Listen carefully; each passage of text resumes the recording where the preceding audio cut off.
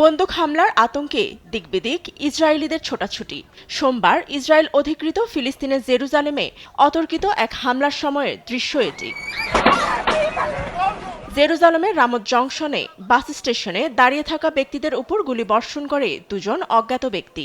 ঘটনাস্থলে মারা যান বেশ কয়েকজন, ১২ জন আহত হয় ও গুরুতর অবস্থায় হাসপাতালে নেওয়া হয় ৬ জনকে। এক বিবৃতিতে পুলিশ জানায়, পাল্টা হামলায় নিহত হয়েছে হামলাকারীও। প্রাথমিক তদন্তে জানা যায়, হামলায় জড়িত দুজনই আসেন পশ্চিম তীর থেকে।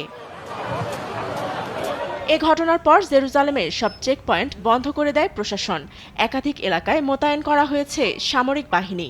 এমনকি ফিলিস্তিনের ৪টি গ্রামে অবরোধ ও সামরিক অভিযান চালায় আইডিএফ।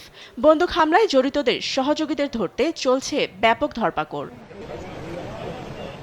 ঘটনাস্থল পরিদর্শন করে শোক জানিয়েছে দখলদার ইসরায়েলি প্রধানমন্ত্রী বিনিয়ামিন নেতানিয়াহু। বলেন, চারদিকে যুদ্ধ চলায় এ হামলা ঠেকানো সম্ভব হয়নি। এদিকে এ হামলার দায় স্বীকার না করলেও এমন আক্রমণের প্রশংসা করে বিবৃতি দিয়েছে হামাস। এটিকে গাজায় নেতানিয়াহু বাহিনীর আগ্রাসনের স্বাভাবিক প্রতিক্রিয়া বলছে তারা।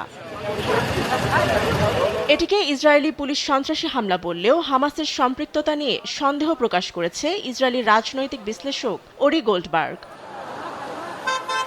ফাতেমা তাসনিম, নিউজ ডেস্ক, দেশ টিভি।